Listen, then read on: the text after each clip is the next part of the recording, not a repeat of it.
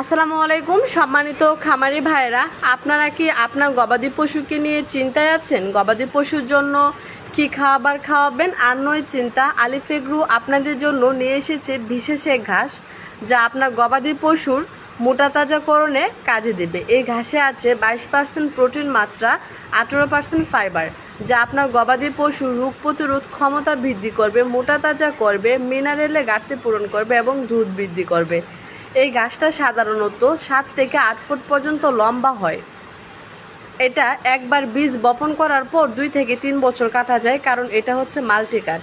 আর এটার বিশেষত্ব হচ্ছে এটা পানি সহনশীল। অনেক গাছ আছে বর্ষাকালে মারা যায়, কিন্তু এটা বর্ষাকালে পানিতে বেঁচে থাকবে। এটার বিশেষত্ব হচ্ছে এটা পানি সহনশীল একটি ঘাসের বীজ। এই ঘাসের বীজটা আমরা বিদেশ থেকে সরাসরি আমদানি করে থাকি। এটা হচ্ছে অরিজিনাল ইন্ডিয়ান হাইব্রিড সরগম সুদান ঘাসের বীজ।